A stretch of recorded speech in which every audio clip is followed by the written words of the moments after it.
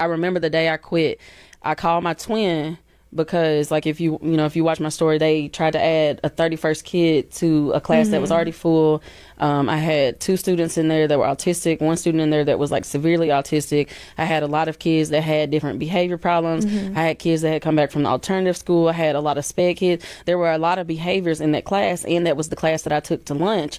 And so I didn't realize that like the class was stressing me out to the point where I was like physically, I didn't know I was getting sick until I was like being put into, the back of the ER, into the back of the ambulance.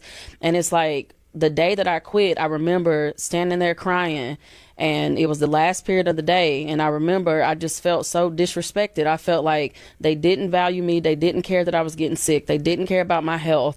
It was like they was running around putting out so many fires all the time that they didn't have time to help. One of my students, I was walking around actively monitoring, I looked at his paper and I was like, hey, I can't read your handwriting on this. He goes, well, I can read it. The person who wields the red pen needs to be able to read it. I can't read it. And he just was like, I mean, I can read it. And I'm like, how am I supposed to grade if I can't read it? When they don't care about something, they do not care with their whole chest. Do you hear me?